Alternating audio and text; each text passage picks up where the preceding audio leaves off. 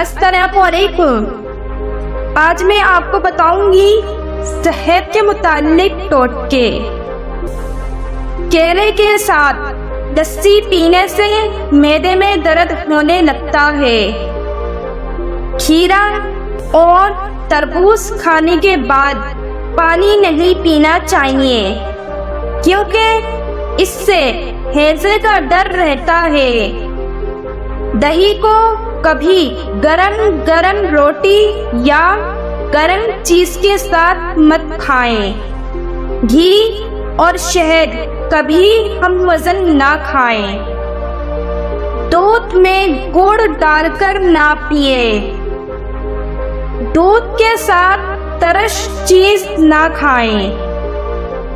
खीरा खिचड़ी इकट्ठे मत खाएं। दही या छाछ के साथ केला ना खाएं। मछली और अंडा एक साथ खाने से गर्मी हो जाती है। आँखों की बीमारी में मछली हरगिज ना खाएं। नींबू का बीज साबुत निगलने से अपेंडिक्स का दर्द हो सकता है।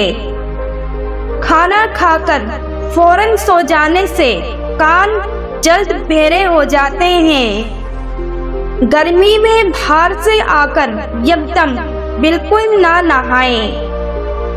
दिन में 3 बार से ज्यादा खाना ना खाएं और भूख रोककर खाना खाएं।